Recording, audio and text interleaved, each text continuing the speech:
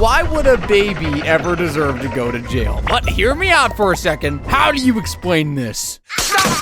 That can't be a coincidence. Pretty decent name though, I must admit. There's a whole lot more where that came from, leaving me to believe that maybe it's for the best that Maggie's kept away from everyone else. Like in season 18's Crooked Ladder, where Homer and the guys take on the fiery world of firefighting. King of thieves, we worship you.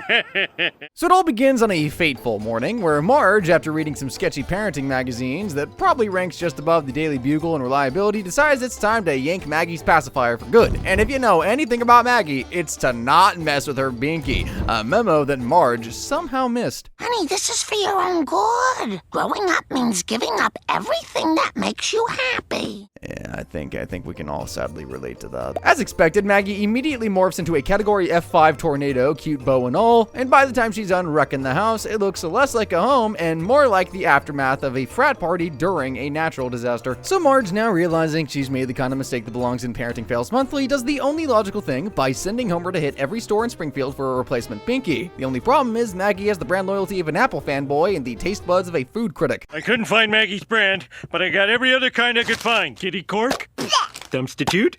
Accucheat? Spink 182? And here I thought I was picky. Just as all hope seems lost, Santa's little helper casually strolls in and saves the day because apparently his chew toy is Maggie's new drug of choice. No, she's not chewing it, but let's just say this isn't exactly a sterile solution. But hey, crisis averted, right? Nope, because in The Simpsons, solving one problem just means a much worse one is waiting around the corner. And in this case, that problem comes in the form of Homer's impending mental breakdown courtesy of the relentless squeaking from Maggie's new favorite sleep aid. Oh, stupid baby. Growing her brain on my dime. Desperate for sleep, Homer turns to the one thing that's always there for him in the dead of the night, and for once, it isn't the fridge. Instead, he settles for some good old late-night television where coincidence, or maybe fate, leads him straight to a sleeping pill commercial. And the result? Well, it makes a pretty strong case for demonic intervention, that's for sure. Oh my God, what have I done? You've horribly injured the whole fire department. What are you, a travel agent? Because you're sending me on a guilt trip. Sorry? And that's one more excuse going into my collection. With the real firefighters at the commission, Homer teams up with Apu, Moe, and Skinner, clearly the dream team of civic responsibility, to fill in. And at first it's all good. They're saving buildings, preventing hot dog stands from spontaneous combustion, and basically doing the city a solid. People just give you this stuff? Hey, it's the least they can do after we saved them from being melty-faced weirdos. That's actually a good point. But then they save Mr. Burns' mansion, as well as his life, and the greedy old fossil hands them nothing. And to be fair, the fact that he didn't immediately unleash the hounds is probably as close to a thank you as these guys are going to get from him, but anyway. Naturally, Homer and the guys are furious. I mean, what's the point of saving people if they don't shower you with expensive gifts? And since morality isn't exactly the group's strong suit, they decide to make a small ethical adjustment to their modus operandi. Well, the fire's out, but, I think somebody's valuables are smoke damaged. And just like that, Homer and the guys go from volunteer heroes to basically the Robin Hoods of Springfield minus the giving to the poor part. This, of course, does not sit well with Principal Skinner, who points out their obvious moral bankruptcy. A move that almost earned him a one-way ticket to Painesville, population 1. Just what are you getting at? You better not be thinking of ratting us out. It would be a shame if the next fire you fought was in hell. So the guys ignore Skinner's morality check and continue their looting ways. And since Springfield is a very small town, it does not take long for Marge and the kids to catch Homer red-handed, or Ash gray-handed. Kids, get in here and show your father the faces. Yeah, it's guilt tripping time. And since nobody does guilt trips better than the Simpson children, it does not take long for Homer to fold, as every corner he turns, Bart, Lisa, and Maggie pop out like haunted house mannequins. But of course, no Simpsons episode is complete without a near-death experience, so naturally Homer's firefighting career ends in flames, literally. After barely escaping a blazing inferno, he pulls Apu and Moe to safety, securing his status as Springfield's accidental hero once again. Let's hear it for Homer! Don't you just love a misleading ending? Alright, let's play baby's advocate for a second and say the last one was a stretch. Just a baby throwing a tantrum, nothing criminal. But then there's season 25's Labor Pains, where Maggie takes things to a whole new level of baby felony. For unto you is born this day in this elevator inspected in August 2009, a baby. And then there's Homer somehow delivering a baby. You know, just your typical MC multitasking. The episode begins pretty much where we left off in the previous one, with more pacifier trouble. Only this time around, Marge knows better than to deprive Maggie of her favorite Minky brand, and so she just lets her have it. Meanwhile, Homer's in full-on rush hour mode, meaning he's engaging in his usual breakfast buffoonery, like swapping bananas for bacon and using syrup instead of orange juice, and yes, that's a real thing that happens. With movements that slick, there's no way this is a first-time thing. Which might be excusable if it gets him through another day at the job, you know, grinding for his family. Only it isn't work he's rushing off to, but to Carl's apartment to play poker with the guys. A few hours later, and Homer's done fleecing his buddies, so he's leaving Carl's place with a belly full of beers and pockets full of ill-gotten poker chips. At which point, like some cosmic punishment for her shady ways, the elevator gets stuck, and in walks Gretchen, a pregnant woman whose water conveniently breaks right then and there. I think I'm in labor. Deep in labor. Okay, no worries. What the? Talk about poetic timing. Through some miracle, pretty much an understatement, Homer actually helps deliver a healthy baby boy, and just like that, there's a new deadbeat dad in town, and for once, it isn't Homer Simpson. Turns out baby daddy is MIA, so Gretchen does the most illogical thing and names the baby after the first drunk dude she sees. Well, half drunk. Wow, so now there's 2 things named after me. A baby and a law banning air horns after 3 a.m. That's oddly specific and completely on brand for Homer. With the kid now sporting his name, plus the slight emotional attachment of having delivered Homer Jr. himself, Homer starts acting like a full-fledged side dad. He's visiting Gretchen and Homer Jr. regularly, donating old baby supplies, and even babysitting. And while you might call it a sweet little reprieve from Homer's usual antics, it does not last, as Homer crosses paths with Marge at the grocery store while loading up on baby supplies. Naturally, he tries to spin it as it all being for Maggie, but eventually the truth creeps out. Homer's been living this double life as a second dad, and Marge is very unamused. You have a baby together? We did it in an elevator! Surely he knows what he's doing, right? But Marge isn't the only one unimpressed. Maggie, sweet, innocent, pacifier-addicted Maggie, has been keeping tabs. And the moment she realizes Homer's been out here playing Daddy 2.0, she decides to assert dominance. And what better place for a baby turf war than the Springfield City Zoo? Because obviously, settling a personal vendetta in front of caged animals is the only way to do just that. At first, things seem fine until Homer Jr. snatches a chunk of Maggie's ice cream, and that's that as you're signing your death warrant. Homer Jr., of course, doesn't learn his lesson, living up to the name in that department, and decides to test the fates again and again, with each bite of Maggie's ice cream earning him a bigger slap than before. One shove out of the stroller and onto the ground later, and Homer Jr. decides to fix his Maggie issue in the best way possible by sending Maggie rolling straight into danger. Wasn't a docile chum after all, so maybe he's not Homer Jr. Anyway, luckily for Maggie, Marge steps in just in time to prevent her from rolling into one of the animal zones. Maggie's saved. Marge puts an emergency brake on Homer's new fatherhood, and as fate would have it, Homer Jr.'s real dad returns from the army and straight into his son's life. Hey, one day you'll have kids of your own.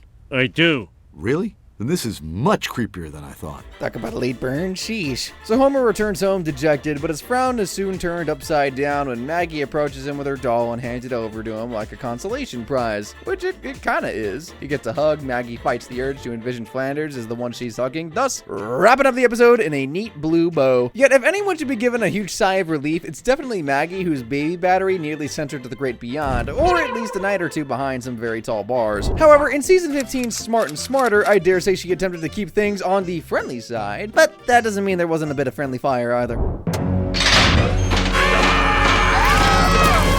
Dangerous buttons around toddlers? Oh yeah, what could possibly go wrong? I can't think of it. Let's rewind a bit and see how we got here in the first place. So it all starts with the mandatory weekend brunch pit stop where Homer is basically mainlining pancake syrup like it's a life-saving IV drip. While this is going on, Homer and Marge spot Apu and his family lining up at Wicker Bottom's pre-nursery school, aka Ivy League, but for babies. At first they don't care, but then like clockwork, Dr. Hibbert shows up to stir the pot. You know, Marge makes a good point. Competitive schools aren't for every baby. Are you saying my daughter can't cut it just because I owe you $14,000? I mean, if the shoe fits, bud. So with their egos mortally wounded, Homer and Marge haul Maggie off to an IQ screening at Springfield Elementary. The problem is that Maggie isn't exactly the chatty type. One blank stare later, and Henry the evaluator moves on to literally any child with a pulse. Back home, Homer and Marge, well, mostly Homer, are a bit down about the situation. Lisa, on the other hand, doesn't exactly buy the whole Maggie is Homer's intellectual reincarnate theory, so she takes matters into her own hands and actually evaluates Maggie. And the results? Well... Oh my God, you're not just smart, you're brilliant. Mom! And just like that, we get round 2 of Springfield's Got Baby Geniuses. This time, Maggie absolutely shreds the nonverbal test, casually dropping an IQ 167 bomb, which, let's be honest, is insanely impressive. That's a, yeah. But while everyone's busy celebrating baby Einstein over here, there's Lisa, who's just learned that her baby sister's IQ outshines hers by a whole 8 points. And the repercussions for that are not what she can handle. All our children are smart. Some are just smarter than the others. Welcome to the others. That is the scream of someone who's just watched gold turn into silver. So Lisa has finally been dethroned as the smartest Simpson kid, which of course causes an existential crisis the likes of which has never been seen before, except for that one time she decided to not go to college, but that's a very long story, so let's just skip that one. It is during the crisis period that Marge gives her what is easily the worst parental advice on the planet, as she tells Lisa to go find another identity. You know, anything other than being the brainiac of the house. And so we see Lisa go through every phase known to man: comedian, goth, cheerleader, rapper, cowgirl, only to crash and burn every time in increasingly embarrassing fashion. I'm embarrassed for you. The following ha-ha is not from amusement, but an expression of contempt. Ha-ha! Pity Party by Ralph and Disclaimer by Nelson. That has got to be a new low. With her attempts at getting a new identity all ending up in smoke, Lisa decides it's time to reclaim her old one back. And what better way to do that than to sabotage your baby sister's learning, am I right? That's right. This spells dog. Lisa! I mean, you gotta give her props for the effort, but goodness me, talk about desperation. Naturally, Homer and Marge ground Lisa for attempting to turn Maggie into Homer 2.0, which, to be fair, is actually child abuse. And with Lisa now spiraling into full-on drama queen mode, she runs away from home, which is basically the equivalent of running away from one's problems, and we know how that always ends. After floating around for a while, Lisa opts to pitch her tent at the Natural History Museum. She now has a dinosaur fossil park slide and a very comfortable tongue bed, but that still doesn't keep the emptiness away. I miss them all so much. Anyway, while Lisa's bawling her eyes out at the National Museum, Homer and Marge are searching frantically for their daughter, at which point Officer Wiggum enters the picture, and surprise, surprise, he and the boys actually managed to do some solid police work and track her to the museum. At once, the rest of the Simpsons dash to the museum with the police, and it's at this point that things go off the rails. So they manage to track Lisa's presence all the way to the tongue of the giant human mannequin. Wiggum and the boys trail off to go look at more attractions. Marge leaves Maggie in the control box, and since no baby can resist smashing shiny buttons, Maggie sends them all tumbling down to the belly of the giant. Maggie! Hit the red button! Hit the red button! Someone explain to me how this kid's got an IQ of 167 but somehow don't know what red is. Just when it's looking like Kevin's about to welcome 3 new residents, probably hell for Bart and Homer, Lisa swoops in and saves the day. She manages to direct Maggie to the right button by pointing to her red dress, and the Simpsons escape in one piece. Of course, it's eventually revealed that Maggie's towering IQ came from Lisa subconsciously feeding her the right answers, but hey, at least Maggie had her moment of fame, even though it did almost end with the family dissolved in acid. But you know what, whatever. Honestly, I really find it hard to believe that she didn't know what the color red is. I'm just gonna leave it at that though. Now, for any lingering doubt about just how dangerous Maggie can be, our next episode here should clear that right up. You know what they say, nothing beats a self-aware villain. So the episode kicks off all normal like. Marge is making pork chops, Homer's attempting to build a spice rack, a thing he's never done before and likely never will again, and the kids are glued to Itchy and Scratchy, which is basically Tom and Jerry if it had a body count. One too many episodes later, and we've got Maggie creeping up on Homer with a mallet the size of her entire body. And considering the sheer surface area of Homer's skull, there's really no missing it.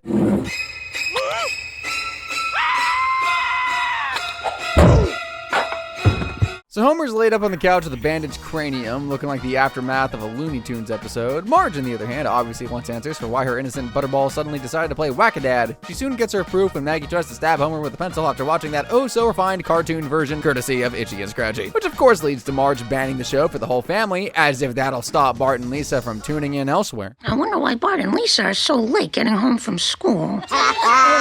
But that's more of a side plot, as the main focus is now on Marge, who, in typical overblown style, decides to write to the creators of the show. Of course, they aren't exactly pleased with being told to change their winning formula, and so their response is just as you'd expect. And the horse I rode in on! I mean, you did start the letter off with purveyors of senseless violence. Game is game, Marge. With the letter ending as a bust, Marge decides it's time to start her own protest group. After kickstarting the operation with just her reluctant family members, Marge's new puritanical brigade, aka SNUH, quickly grows into an army of concerned mothers and fathers with with bandaged heads, sensing a pattern here. With mounting pressure from Snug, Kent Brockman, who never misses a chance to stir the pot, invites Marge and Itchy and Scratchy exec Roger Mayers Jr. onto his show for a live debate. There was violence in the past long before cartoons were invented. I'm pretty sure I've heard that argument somewhere before. Just as it seems as though Marge is set to go out sad, she used the last 9 seconds of the show to urge parents to flood Mayers' mailbox with complaints. A few days later, his mailbox looks like a landfill of hate mail, and just like that, Itchy and Scratchy is defanged. Couldn't Itchy share his pie with Scratchy? Then they would both have pie. And now they're forced to phone her for ideas so as to avoid the mob. Talk about a hostile takeover. And just like that, Itchy and Scratchy become downright Disneyfied. No gore, no guts, just singing, dancing, and a glass full of lemonade on the porch. Naturally, the kids are so bored they start looking at the sun again, the actual sun, because that's apparently less painful than non-violent cartoons. Which of course is a big win for Marge and her group, as their kids have now been saved from the sad fate of becoming basement dwellers. The only problem here is that with moms, there's no job well done, time to pack it up moment, and so they latch on to the next target, which ends up being none other than Michelangelo's David. Get dressed, Marge. You've got to lead our protest against this abomination. But that's Michelangelo's David. It's a masterpiece. Marge's stance once again ends up on Kent's show, with Dr. Marvin Monroe, one of the panelists from the Itchy and Scratchy debate, pointing out the obvious hypocrisy in Marge's stance. After all, Itchy and Scratchy, crude as it may be, is an art form, and Marge had no problems calling for its censorship because it didn't sit well with her. Marge admits defeat, and just like that, Itchy and Scratchy returns to its gloriously violent roots. Every kid in Springfield immediately rushes back indoors, abandoning the parks and playgrounds like they never existed. The kids have a chance to see a great work of art, and instead they're home watching a cat and mouse disembowel each other. And that, my friends, is modern society in a nutshell. Also, once again, we have Maggie taking center stage, as her mallet-wielding ways are not only costing her a parent, but pretty much killed all the joy in Springfield for a brief moment. Not exactly making a great case for being left a free baby. But there's another episode where Maggie is just as dangerous as that last one we talked about. You'll do as I say or I'll have your badges. And now we have Homer in security. Springfield. Never seem to learn, do ya? Just like me. So Springfield is in the middle of yet another crisis, this time a blackout caused by every citizen cranking their ACs thanks to the scorching heat. But it's not just any appliance that finally pushes the grid over the edge. No, that honor belongs to Homer's singing Santa. Dad, it's a blackout. A blackout? Every time Santa and I get together, it's a disaster. Yeah, I don't think it's the pairing, Homer. So the town is now in darkness, and if there's one thing the town is good at, it's losing its collective mind at the slightest inconvenience. Lenny and Carl crash their cars, then promptly crash through a storefront window because, you know, that's just how car crashes work. Next thing you know, everyone's riot shopping for free cinder blocks and flaming tires. So Wiggum and Co. eventually roll up, but as you'd imagine, they're about as prepared as Krusty at a funeral. All right, everyone, disperse immediately. We are prepared to use force. What? We're not prepared, Eddie? Someone call 911! Springfield's finest, folks. By dawn, Springfield looks like an apocalyptic yard sale. Town meeting time. A bunch of angry citizens go off about how the cops are basically useless, and Wiggum's big takeaway is basically, yeah, well, that's your fault. Homer, meanwhile, actually feels bad for jumpstarting the pitch black looting, and so he makes a silent vow to be a more responsible citizen, which on face value seems like one of those things Homer says after one too many duffs. But this time around, he's actually serious with his first order of business, hunting down the fiend who stole Lisa's Malibu Stacy collection. All right. I've come up with a composite sketch of my prime suspect. Behold! In the end, he manages to catch the real culprit, as well as stop Apu's store from getting robbed, and just like that, guilt quickly gives way to entrepreneurship, with Homer launching his very own security agency. Have no fear! Spring Shield's present.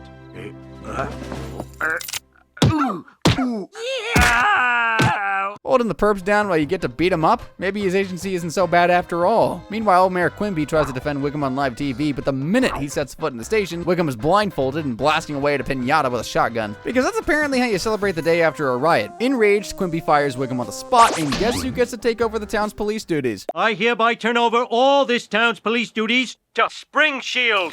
Woohoo! I'm chief of police! Probably one of the few jobs he's actually earned. With Spring Shield now running law enforcement, crime takes a nosedive, so much so that they even bust Fat Tony and his goons mid-operation, which involves gluing cotton balls to ferrets. And since selling fake poodles is still illegal for some reason, Fat Tony and the gang get thrown in the slammer. The whole town celebrates, and Homer pretty much becomes a local hero. But this is the mafia we're talking about, so it doesn't take long for them to spring out of jail. I wish to announce that my associates and I will gun down Homer Simpson by noon tomorrow. tomorrow. Homer, ever the optimist, figures the best way to fight the Mafia is numbers, so he begs his fellow Springfieldians to help him stand his ground, but since most of them enjoy having functional kneecaps, that number totals to a whopping 0. I don't get it. I finally did a job where I wasn't lazy, stupid, or corrupt, and now I'm gonna get killed for it. Life in a nutshell, folks. So the time of reckoning comes, and Fat Tony and his crew roll up to the Simpsons' house. Guns drawn, they're about to turn Homer into Swiss cheese until gunfire rings out from nowhere. One scorching bullet ballot later, and the entire gang is down with Homer shockingly unscathed. And as for the shooter, well, considering the title of this video and the fact that we've not brought her up yet, you can already tell who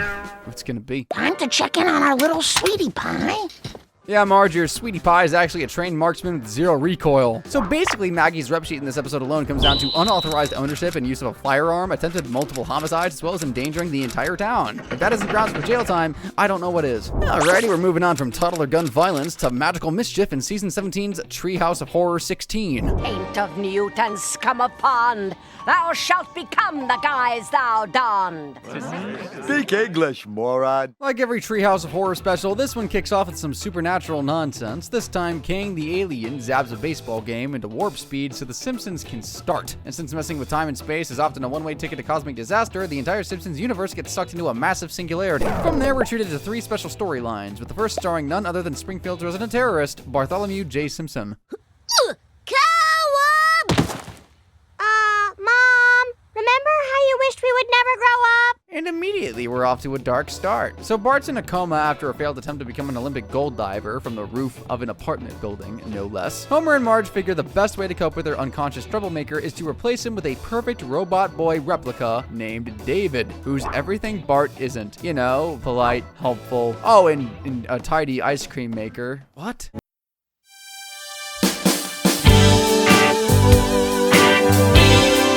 Bart wakes up, sees his cyborg competition, and immediately throws a fit. He and David do not get along, so Homer is forced to make a choice. But since this is Homer Simpson we're talking about, it goes exactly how you'd expect. We're still going to the toy store, right?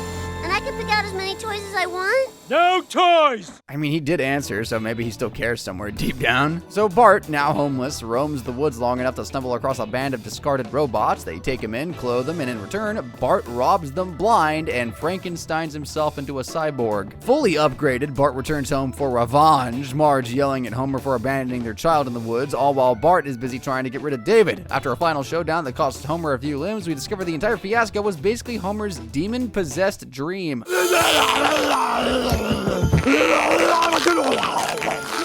call work and tell him he can't make it. Woohoo! Suckers. The next mini storyline, Survival of the Fattest, sees Mr. Burns invite pretty much the entire town to his mansion for a fun day of hunting. And somehow people actually accept the invite because apparently free food and a fancy party beat good sense any day. As expected, the hunt turns out to be Springfielders themselves. Burns and Smithers pick them off like GTA pedestrians, and soon the entire town is dead, except for Homer, because the laws of probability cease to exist whenever he's around. And then there's the issue of his cannibalism, which I suppose does edge him towards the finish line. But this is a Mr. Burns game, so of course there's no winner in his Hunger Games. Luckily for Homer, just as Mr. Burns is about to finish him off, Marge swoops in and smacks Burns and Smithers silly with frying pans. No! What was that for? Staying out 18 hours and not calling home once. And one for Homer's troubles. Well, at least he's still alive for now. We finally hit the main event for our criminal in the making, Maggie Simpson. So Springfield's hosting a costume contest, at which point a mysterious witch enters the fray and wins the contest. But the second she's disqualified over a technicality, she pulls a classic Disney villain play and turns them all into monsters. I'm not a raccoon, I'm the Lone Ranger! So everyone in town literally becomes the character they're dressed as. Lisa's Albert Einstein, Bart's a werewolf, Homer's headless, and Maggie is a mini witch. And since Lisa's now running on some extra Einstein brain power, it doesn't take long for her to realize that Maggie's witch power should be able to reverse the curse. Only problem is, some folks in town aren't exactly keen on their old lives. I don't want to reverse the spell. I can out the moon and eat rats. Beats being bullied by Nelson and strangled by Homer daily, I guess. So a huge debate erupts in town. One side wants to reverse, another one does not. And Maggie, well, all Maggie wants is an unlimited collection of binkies. So she waves her wand and turns them all into walking pacifiers before flying off into the night sky. Once again proving that there's no age limit to being a loose cannon or belonging in jail. And since we've already opened one Treehouse-sized can of horror, we might as well open another one. You sent me to the chair. Snake? In Treehouse of Horror IX, we're once again treated to 3 distinct horror storylines. First up is Hell Toupee, which starts off with Wiggum arresting Snake by the collar for smoking inside the Quickie Mart. This is your 3rd strike. First you torched that orphanage, then you blew up that bus full of nuns. Hey, that was self-defense. And since the 3rd time's the charm, Snake has just earned himself a public execution on local TV. So much for town values, am I right? Before then, though, Snake vows to take revenge on all the witnesses in Apu's shop, because why gun for the police officer who's arresting you when you can go for Apu Mo and... Don't forget Bart Simpson. He's a witness, too. Oh, you are so dead, little dude. Guess protect and serve isn't exactly in Wiggum's police handbook. So Snake gets put on an electric chair, and with one final smile, Wiggum pulls down the lever and sends Snake on his way to the afterlife. Moments later, Homer receives a call about a new hair transplant being available. Where the frick did this come from? Why are we... Okay. Hard not to connect the dots there, I guess. He rushes down to the hospital, is knocked out cold by the doctor, literally, and a few hours later, he wakes up feeling younger than ever. Wow! If your fly weren't open, you look just like Roger Moore. That's oddly specific, but I can see the angle she's coming from. Or maybe not. Now, there's only one downside to Homer's new hair, that being Snake's spirit is still inhabiting it. Fast forward to a few hours later, and Homer becomes the perfect host for Snake's revenge spree. Apu ends up like a human Slurpee, Mo gets the worst cereal prize ever, and Bart nearly gets flattened by his sledgehammer. It's hammer time, snitchy. Luckily for him, though, Homer is able to resist Snake at the last possible minute. He yanks the hair off, and Wiggum shows up just in time to turn the hair into Swiss cheese. Pretty sure the special wasn't aired in Turkey. The next mini storyline, The Terror of the Tiny Toon, sees Bart and Lisa get sucked into Itchy and Scratchy due to a plutonium-powered remote control. To protect and sever? Anyway, between Itchy and Scratchy going full Terminator on the kids and Homer inadvertently channel surfing them onto daytime talk shows, things get chaotic fast. Bart loses most of his body to piranhas, good luck explaining that one at dinner, but eventually they manage to warp back to reality.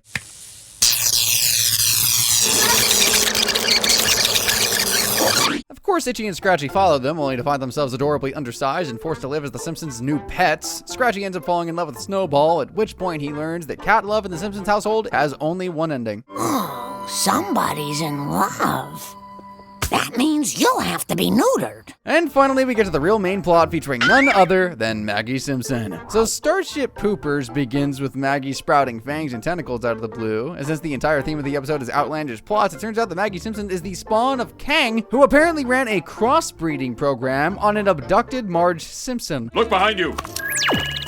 Insemination complete. That seemed awfully quick. What are you implying? Nothing. So Kang swoops in and begins demanding custody of his 1-second half-alien child. Homer and Marge aren't exactly psyched to hand Maggie over, but before Kang can get all crazy, Bart suggests that they take their problem to the perfect mediator. Homer, how'd it feel to learn your baby was fathered by a drooling space octopus? It made me angry and tired. I mean, where else would they have gone? After a classic Springer meltdown, and by meltdown, I mean Kang annihilates everything in sight, Jerry tries to have a heartfelt final thought, only to be immediately ended by Maggie Simpson. And just when you think all the craziness is over, well, we get this. Come on, Maggie. Let's go home. Very well. Good luck getting her into a prison cell. You cannot pay me enough. Now, the only thing I can think of that's worse than being an alien is a demon, which just so happens to be one of the plot lines in Treehouse of Horror 27. There's a lot of these. No one leaves alive.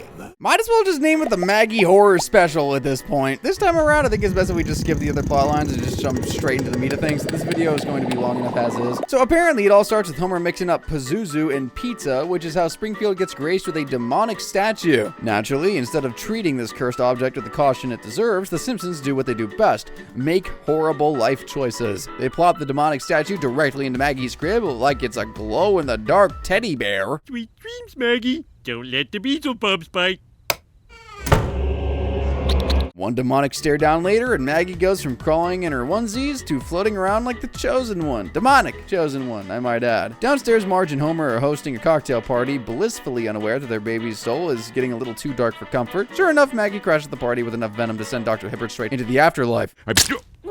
Ah, yes, the true purpose of a pacifier, keeping those murderous urges at bay. Naturally, when demon time's in full effect, there's only one person in Springfield to turn to: Ned Flanders, part-time neighbor, full-time exorcist. He does what any God-fearing man would do: ties Maggie to a bed like he's filming a hostage video. Unfortunately for him, she doesn't exactly need her limbs to get all destructive. Bible ribbons, that'll hold her.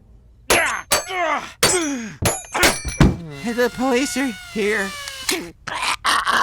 And just like that, Flanders is out for the count, taking a spot next to Hibbert in the great beyond. Finally, in a last-ditch effort, we get an Irish Catholic priest on speed dial. He shows up, does a few dramatic demon tests, and begins Maggie's exorcism. And let me tell you, I was fully expecting him to last about 7 seconds before Maggie turned him into a human pretzel, except he actually gets the job done. Devil be out! Oh, golly!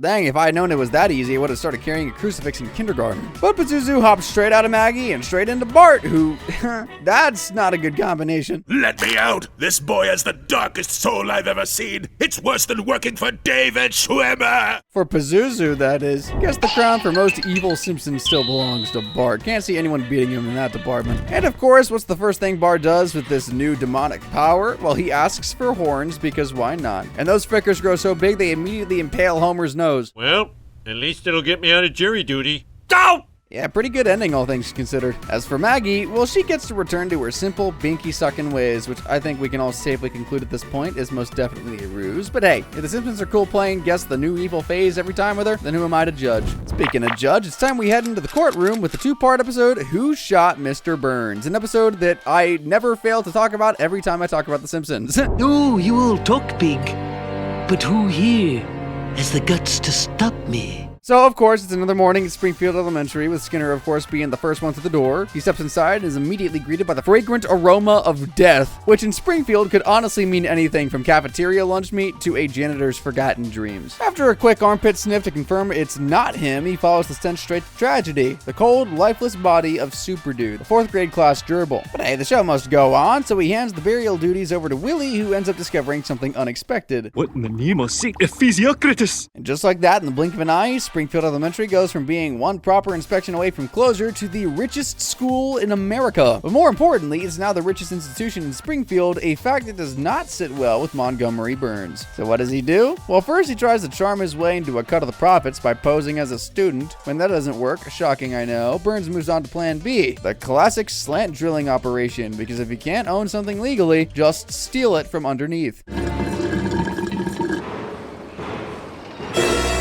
Crafty? Yes. Illegal? Unfortunately, no. A few days later, Mr. Burns' drilling operation is the talk of the town, and not in a let's throw a parade kind of way, obviously. Between an oil spill destroying Bart's treehouse, Moe's Tavern having to be closed because of gas fumes, the retirement castle getting destroyed by a tremor from the drilling, and Springfield Elementary incurring heavy costs from setting up an oil rig for nothing, Mr. Burns goes from being a hated old crone to a hated old crone that everyone shy of Ned Flanders wants to pop. Damn Burns. Let me just get one thing. Me too!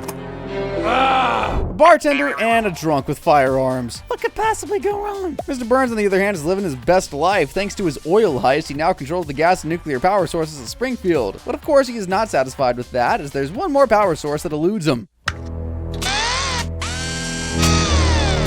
Imagine it, Smithers. Electrical lights and heaters running all day long. Hey, bro's a proper villain. Hate him, love him, you gotta respect him for it. By this point, even Smithers, a man whose entire existence revolves around worshipping Burns, finally decides he's had enough and quits. And just like that, the one person capable of keeping Burns somewhat in check is gone. Word of Burns' latest plot quickly spreads around Springfield. Naturally, this leads to a town hall meeting where Mayor Quimby, in true political fashion, does absolutely nothing. I have here a polite but firm letter to Mr. Burns' underlings, who will at least give him the gist of it. Sir, a lot of people are strung their nuts. Safe to say the town is well past that stage. And as if to add insult to injury, Burns struts in, brandishes a gun, and basically begs them to do something about it. But no one does, at least not yet. So Burns struts off, laughing like he just wrapped up an episode of Scooby-Doo, and then it happens. Where is everybody? Turns out there's only so far you can push an entire town. Unfortunately for Springfield, Burns survives, which means Wiggum and his team now have the daunting task of solving the most open and shut attempted murder case in history. They start by blaming Smithers, who wakes up the very next day with a very strong hangover. But after a bit of help from Sideshow Mel and Jasper's wooden leg, a very long story, they realize that they got the wrong guy. So they do the unthinkable and for once, actually investigate. Eureka! See? Not so hard all the time, is it? From there, they hand over the sample to the forensic department, and boy, oh boy, do they find something interesting. Scan's finished. Now it's gonna narrow it down to the family bloodline. Homer Simpson. Not a good look. To make matters worse, the gun used with Homer's fingerprints all over it turns up in his car. And as for the motive, well, everyone knows Homer's been losing it over Burns still not knowing his name, so of course the cops arrest him. But thanks to classic Wiggum incompetence, Homer busts loose, storms into the hospital, and demands Burns clear his name. Say I never shot you! Before. Shut? By you, I'm afraid not, my primitive friend. Well, that's one way to get your name cleared. And since Homer isn't the one who shot Mr. Burns, the DNA evidence, as well as Mr. Burns regaining his memory and giving his account, all points to one person. I said drop it.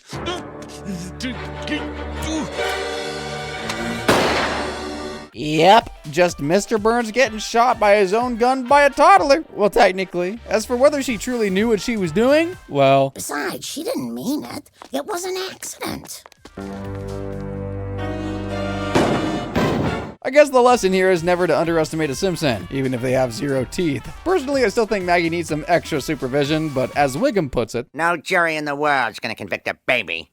Maybe Texas. So I guess she's safe as long as she steers clear of Texas. So that's all for today, but if you're still craving some crazy cartoon character action behind bars, feel free to check out this other video.